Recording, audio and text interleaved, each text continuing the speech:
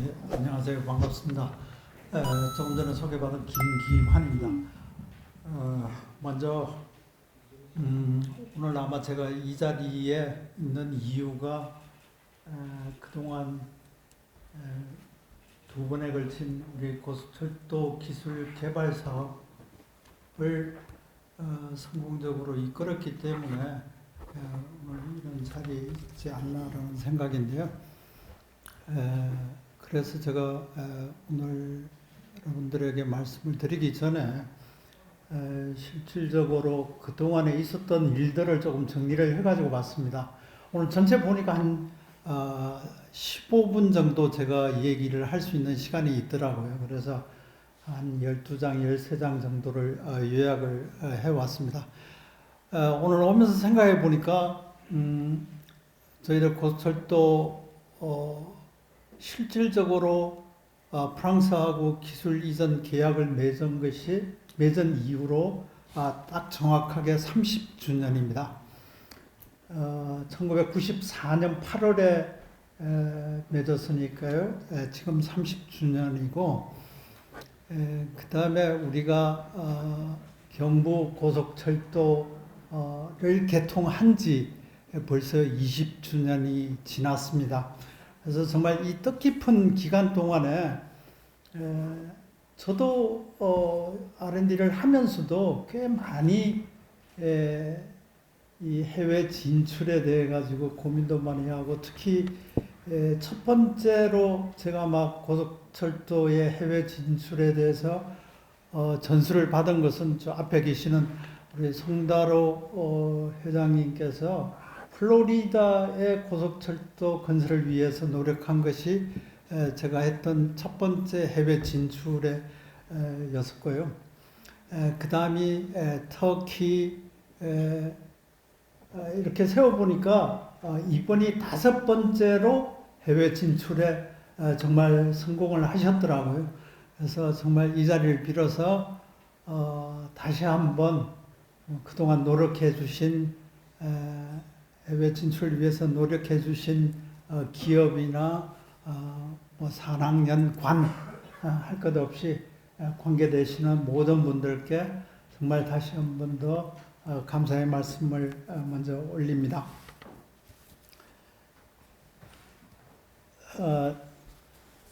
제가 그동안 우리 고속철도에 지금 현재 우리나라에 다니고 있는 것이 KTX 청룡이 마지막 버전이고요.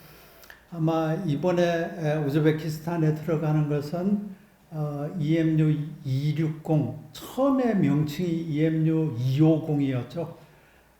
그런데 조금 이따 히스토리를 한번 말씀을 드리겠습니다. 왜 250에서 260으로 바뀌었는지는 조금 이따 말씀을 드리고요. 아마 EMU 250을 가지고 우즈베키스탄을 가면서 똑같은 형식이지만은 관계로 넓어지고, 그 다음에 사막 기후에 적응을 해야 되고, 아까 전에 이원상 부회장님이 말씀을 하셨습니다만, 거기에는 또 식당차요? 비스토라는 식당차가 들어가기 때문에 거기에는 그 차량은 조금 더 우리가 소음과 진동에 대해서 좀 더 고민해야 될 부분들이, 여러 가지 부분들이 좀 더 설계 변경을 해야 될 부분들이 있으리라고 생각이 듭니다. 하지만 뭐 우리 현대로템의 실력이면은 충분히 극복해낼 수 있으리라고 생각이 들고요. 우리가 2010년에 그 혼란스러운 것은 이제는 더 이상 겪지 않으리라고 생각이 들지만은 정말 2017년이라고 아까 본부장님 말씀을 하셨는데요. 2027년도에 27년도에 성공적으로 우즈베키스탄에서 우리의 고속철도가 운행이 될 수 있기를 기원해 봅니다. 제가 오늘 말씀드릴 거는 그동안의 우리 고속철도 개발 역사입니다. 첫 번째가 1994년부터 2004년도까지 아마 KTX 프랑스로부터 기술 이전을 받으면서 그때 당시에 차량, 전차선, 그다음에 신호, 그다음에 유지보수는 코아 시스템이라고 해가지고 저희들이 프랑스로부터 기술 이전을 받는 것으로 하고서 시작을 하였습니다. 당시에 차량은 뭐 여러 사람이 얘기를 합니다만 총 46편성이 도입이 되었고요. 그 중에서 프랑스가 12편성, 그다음에 우리나라가 34편성을 제작하는 걸로 했었고요. 가격은 아마 50대 50으로 똑같이 나눠진 줄로 알고 있습니다. 프랑스의 그러한 이유 속에는 아마 엔지니어링 피와 그다음에 기술 이전 비용이 포함되어 있는 것으로 알고 있습니다. 그래서 우리 기술이 해외로 나갈 때는 우리도 충분히 그 정도의 것은 할 수 있지 않나라는 생각이에요. 두 번째가 이러한 이전되는 기술을 바탕으로 해가지고 1996년도에 처음으로 고속 전철 기술 개발 사업, 즉 뭐 여러분들이 얘기하는 흔히들 얘기하는 G7 사업이 1996년도에 시작이 되었습니다. 그때부터 11년간 2007년도까지 G7 사업이 진행이 되었고요. 여기에서는 저희들이 이전 기술을 어떻게 하면은 완벽하게 소화 흡수하고 그 다음에 독자적인 고속철도 기술을 확보하는 것이 저희들의 최대의 목표였습니다. 뭐 이때 당시에 아마 여러 가지 전 세계적으로 고속철도 기술의 변화가 좀 생겼으리라고 생각이 드는데요. 뭐 이 앞에서 발표에서도 얘기를 했었습니다만 주로 이때부터는 전 세계적인 시장이 분산식으로 대부분이 요구가 되어졌습니다. 그래서 그때 당시에 저도 뭐 절실히 느꼈던 게 이게 분산식이 시장을 지배할 수 있겠다라는 것 때문에 저희들이 2007년도부터 2015년도까지 고속철도 기술 개발 사업, 뭐 명칭은 그렇습니다만 우리 해무 기술 개발 사업이 진행이 되었습니다. 이것의 결과로 중간에 우리 KTX 아까 전에도 잠깐 나왔습니다만 KTX 산천이 실용화되고 그 다음에 EMU 260이 실용화되고요. 가장 최근에 EMU 320이 KTX 청룡으로까지 되었습니다.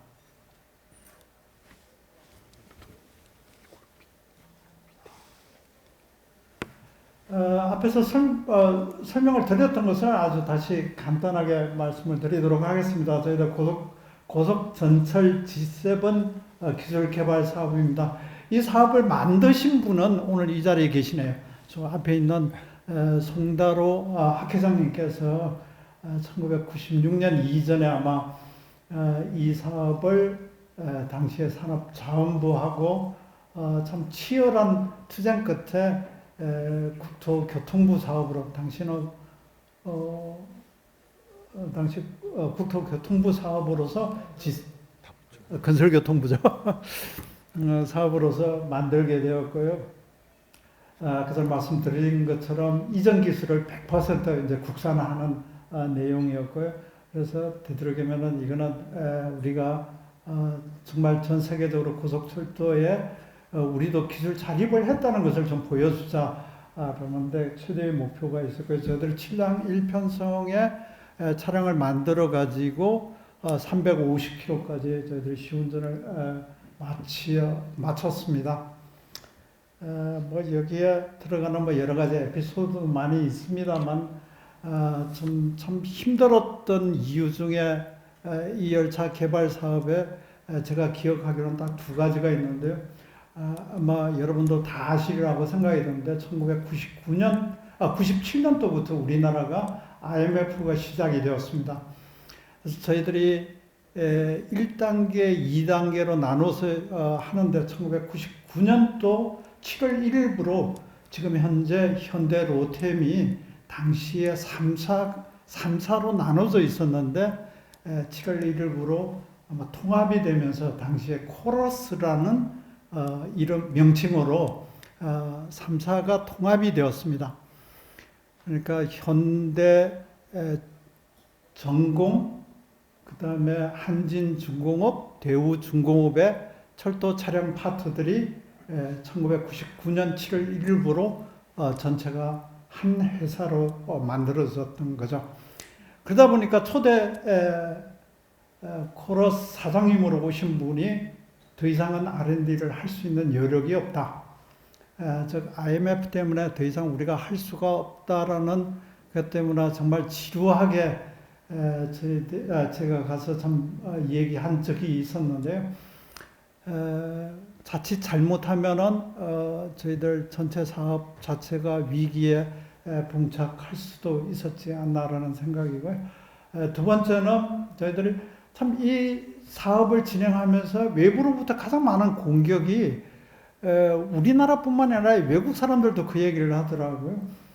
아니 당신들 저기 경부 고속전철 고속철도를 건설을 하고서 프랑스로부터 기술 이전도 받아가지고 지금 차량을 920량이나 만들고 있는데 왜 이 또 R&D까지 또 해야 되느냐, 이거 어디다 쓸 거냐라는 내용들이 정말 많은 질문이 있었고 많은 얘기들이 있었습니다. 그럴 때마다 정말 참 궁색한 대답을 할 수밖에 없었는데요.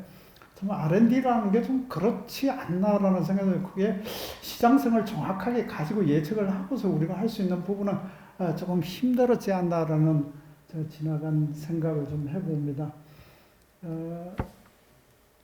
그렇게 어렵게 한 우리 기술 개발 사업이 이제 거의 마무리될 때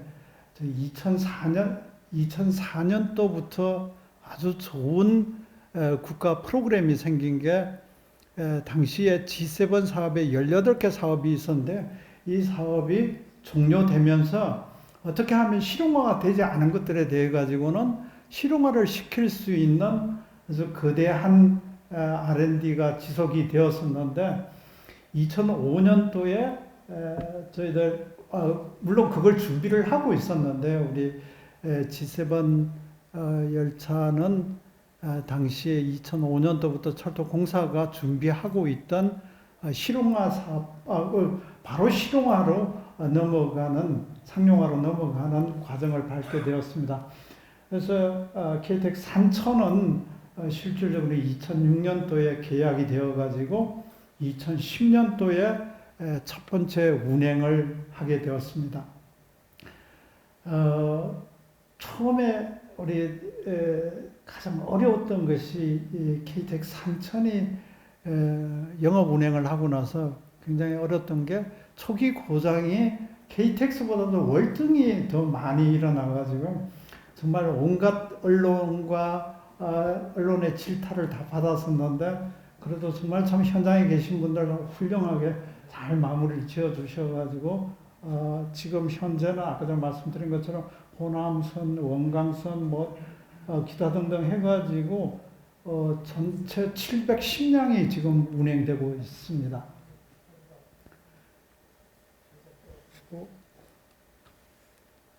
이 사업이 끝나고 나서 2007년도에 저희들이 기획을 했던 것이 이제 R&D 사업으로서 차세대 고속철도 기술 개발 사업을 진행하게 되었고요. 차세대 고속철도 기술 개발 사업은 2007년도부터 2015년도까지 430km 분산형 고속열차 개발 사업이 되겠습니다. 물론 처음에는 저희들 400km로 계획을 잡았습니다만 중간에 여러 행정하시는 분들이 바꾸는 바람에 430km로 바뀌게 됐었고요. 그래서 이 차량은 저희들이 개발을 완료해가지고 6량 1편성으로 완료를 해가지고 최고 시험 속도가 421km까지 저희들이 주행하는 등 여러 가지 많은 성과를 이루어냈습니다. 그래서 이 열차는 곧바로 KTX 2형으로, 즉 EMU 260으로 지금 변경이 되어가지고 상용화 되었고요.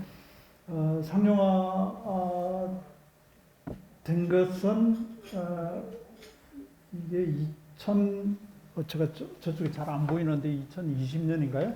KTX 위험이? 21년 1월입니다. 네, 22년 21년 1월에. 야, 21년 1월 네, KTX 위험으로 되었고 아마 그 이후로 지금 저 차량이 기본이 되어가지고 우즈베키스탄으로 진출을 하는 줄로 알고 있습니다. 저희들이 본래 250으로 발주가 나오고 그게 260으로 바뀐 이유는 아마 우리 철도 공사와 그 다음에 최종적으로 낙찰을 받은 우리 현대로템 간의 실랑이 속에서 이 뒤에 나오는 320하고 260의 차이는 딱 두 량을 집어넣느냐, 동력차 두 량을 더 집어넣느냐, 빼느냐의 문제이기 때문에 어떠한 차량도 꼭 고속선에 좀 올릴 수 있는 방안을 찾자라고 해가지고 지금 현재와 같이 380kW를 확정을 하고 그 다음에 차량 포메이션을 이와 같이 하다가 보니까 속도가 좀 더 높더라고요. 그래서 속도 EMU를 250으로 하지 말고 260으로 하자라고 붙여놓은 거고요. 그 다음에 EMU 320은 지금 현재 두 편성에 다니고 있습니다. 320은 우리 2016년도에 말레이시아 여기에 아마 기억하고 계시는 분들 계시리라고 생각이 드는데 2016년에 브라질 고속철도를 저희들이 이제 거의 끝내고 안 되는 걸로 생각을 하고요. 그 다음에 저희들이 준비했던 것이 이 말레이시아 고속철도 사업에 뛰어드는 것이었는데 이때 말레이시아 사람들이 꼭 우리한테 얘기를 그런 것이 야 다른 나라는 전부 다 320km를 다 달리고 있는데 왜 한국은 300km 가지고 우리 보고 사라고 그러느냐 그런 얘기를 굉장히 많이 했었습니다. 그래서 물론 정부에 대고도 얘기를 하고 그래서 만들어진 프로젝트가 이 EMU 320이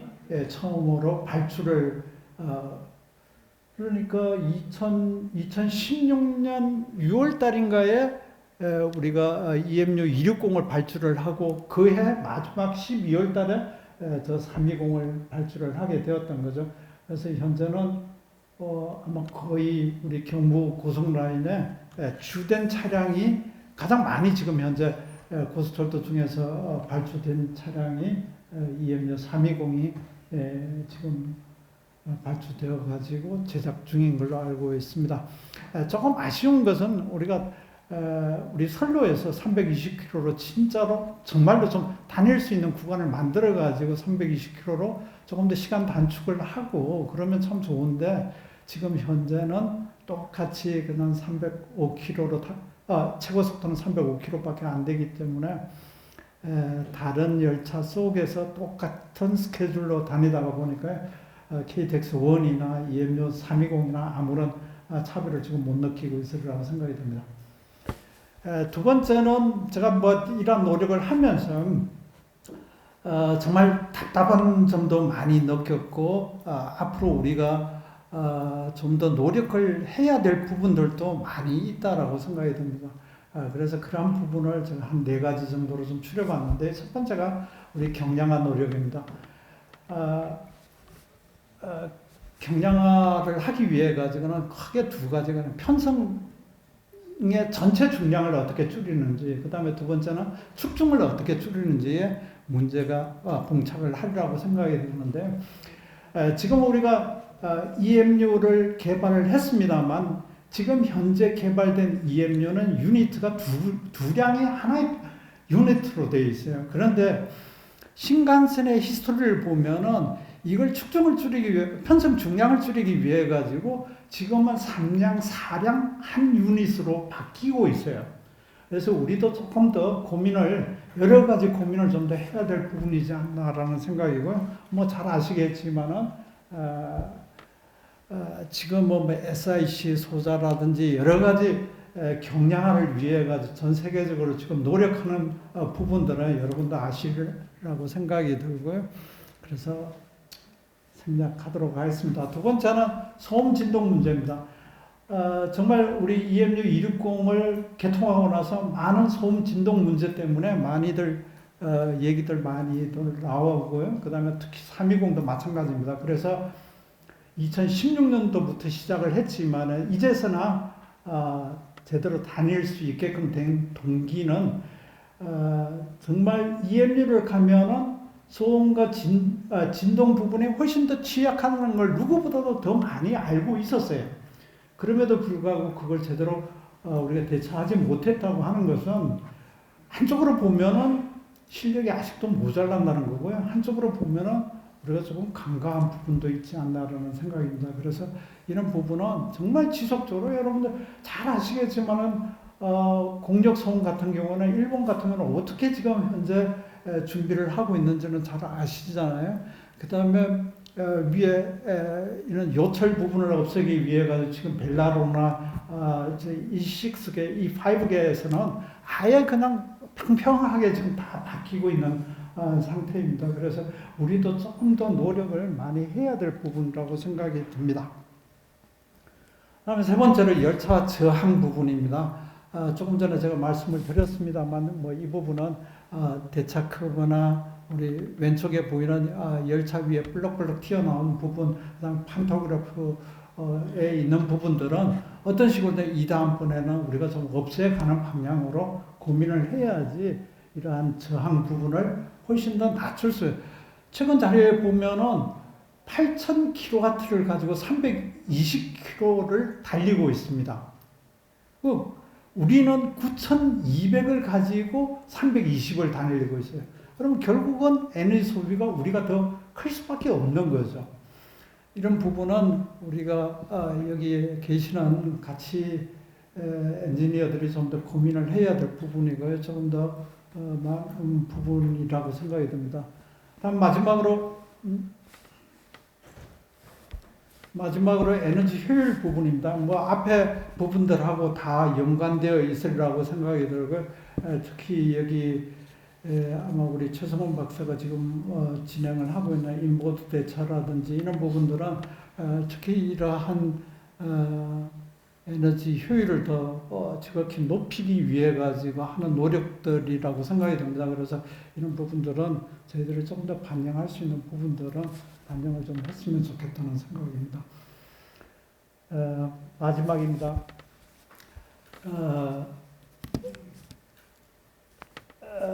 아까 전에 말씀을 어느 분이 우리 경과 보고에서 말씀을 해주셨습니다만 지금 370에 대한 설계 기술이 어느 정도는 지금 진행이 되고 있습니다만 그동안 우리가 이 R&D에 대해서 좀 더 다시 한번 어떤 기술 도약을 한 단계 더 도약을 하기 위해 가지고 이 R&D에 대해 가지고 좀 더 투자를 해야 될 필요성이 좀 있지 않나라는 생각이에요. 오늘 뭐 철도 국장님이 오셨으면 반드시 한 번 더 좀 부탁을 좀 드리고 싶은 내용이라고 생각이 들었었는데요. 안 오신 것 때문에 안 오셨지만은 그래도 한 번 더 좀 부탁을 드리고요. 특히 철도기술연구원 원장님 계시니까 이런 고속철도에 대해 가지고 지속적인 R&D 투자를 좀 더 해주셨으면 좋겠다는 생각입니다. 그다음에 두 번째는 지금 아마 제가 아까 전에 우리 송다로 회장님 보고 1세대라고 표현을 했었는데 우리나라의 고속철도 인력풀은 정말 적습니다. 몇 사람 안 되고요. 아주 작은 거 가지고 여기까지 온 것만 해도 정말 대단하다고 생각이 들지만은 우리가 한 단계 더 도약을 하기 위해 가지고는 정말 경험과 그다음에 핵심 기술을 어떻게 우리가 확보할 것인지에 대해서 다시 한 번 더 고민을 했으면 좋겠습니다. 그리고 뭐 기업 간의 자유 경쟁을 통해 가지고 좀 더 투자를 유도를 한다든지 품질을 향상할 수 있도록 이러한 생태계가 좀 더 바뀌었으면 좋겠다는 것이 제 생각이었습니다. 감사합니다. 너무 길었던 것 같습니다. 죄송합니다. 네.